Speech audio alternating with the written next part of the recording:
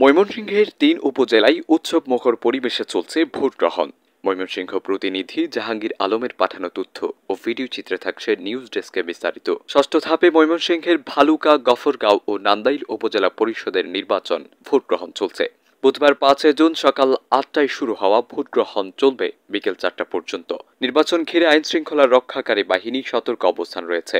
সকালে ভালুকা উপজেলার হবিরবাড়ি সোনার বাংলা উচ্চ বিদ্যালয়, দক্ষিণ হবিরবাড়ি সরকারি প্রাথমিক বিদ্যালয় কেন্দ্রে, পূর্ব ভালুকা সরকারি প্রাথমিক বিদ্যালয় কেন্দ্র সহ বেশ কয়েকটি কেন্দ্রে ঘুরে দেখা যায় শান্তিপূর্ণ পরিবেশে ভোট গ্রহণ শুরু হয়েছে। সব বয়সী ভোটাররা কেন্দ্রে এসে ভোট দিচ্ছেন, তবে ভোটার উপস্থিতি কম। বেলা বাড়ার সঙ্গে সঙ্গে ভোটার উপস্থিতি বাড়তে পারে বলে জানিয়েছেন নির্বাচন সংশ্লিষ্ট কর্মকর্তারা।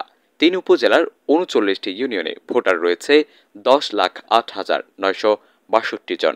এর মধ্যে পুরুষ ভোটার ৫,০৫,৩৮৬ জন, নারী ভোটার ৫,০৩,৫৭৫ জন এবং তৃতীয় লিঙ্গের ভোটার রয়েছে ১১ জন। এ বিষয়ে রিটার্নিং কর্মকর্তা আলী নূর খান জানান, নির্বাচনের দিন সকালে ভোটার উপস্থিতি একটু কম থাকে, তবে বেলা বাড়ার সঙ্গে সঙ্গেই ভোটার বাড়বে। আইন শৃঙ্খলা রক্ষাকারী বাহিনী সতর্ক অবস্থানে রয়েছে। আশা করছি কোনো ধরনের অপ্রীতিকর ঘটনা ছাড়াই ভোটগ্রহণ সুষ্ঠু ও শান্তিপূর্ণ পরিবেশে সমাপ্ত হবে।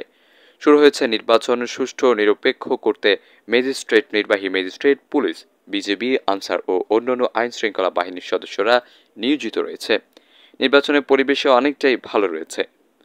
নিউজ ডেস্ক, মিহিরুল মিরাজ, ভোরের আকাশ।